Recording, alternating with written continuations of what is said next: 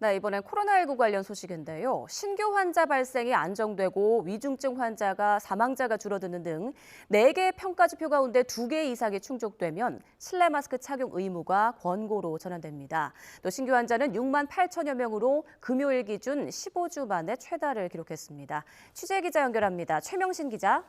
네, 최명신입니다. 네, 먼저 정부가 제시한 실내 마스크 착용 의무 완화 기준부터 좀 전해주시죠. 네, 정부는 실내 마스크 착용 의무 완화 시기를 판단하기 위한 평가 지표로 4가지를 꼽았습니다.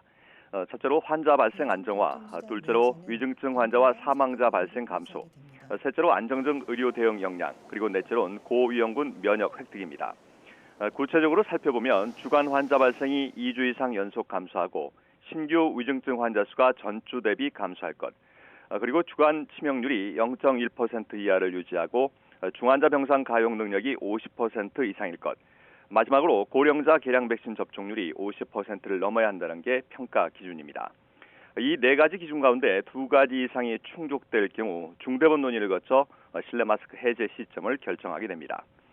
최근 현황을 보면요, 주간 환자 발생과 위중증 환자 발생은 증가세를 유지하고 있고 60세 이상 고령층의 계량 백신 접종률은 27.4%에 그치고 있습니다. 중환자 병상 가용 능력만 50% 이상을 유지하고 있어서 4개 지표 가운데 1개의 기준만 충족한 상황입니다. 1단계 조정이 시행되면 실내 마스크 착용 의무가 권고로 전환되는데 단 고위험군을 보호하기 위해 의료기관과 약국, 요양병원 등 감염 취약시설과 대중교통에선 당분간 착용 의무가 유지됩니다. 2단계 의무 조정은 국내 코로나19 위기 단계가 하향하거나 코로나19 법정 감염병 등급이 현재 2급에서 4급으로 조정되면 착용 의무가 남아있는 곳도 마스크 착용이 권고로 전환됩니다. 중대본은 겨울철 유행은 방역 역량으로 관리 가능한 수준에 머물 가능성이 클 것으로 전망되지만 정점 확인은 필요한 상황이라고 밝혔습니다. 또 실내 마스크 착용 의무 조정 뒤에도 신규 변이 발생과 유행 상황 급변 등 꼭 필요한 경우 실내 마스크 착용 재의무화 검토도 고려하고 있다고 설명했습니다. 오늘 0시 기준 코로나19 신규 환자는 전날보다 7천여 명 줄어든 6만 8,168명을 기록했습니다.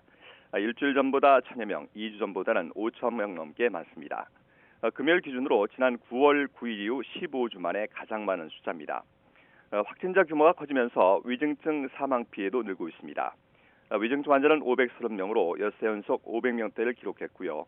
코로나19로 숨진 사람은 63명 나왔습니다. 지금까지 사회부에서 YTN 최명신입니다.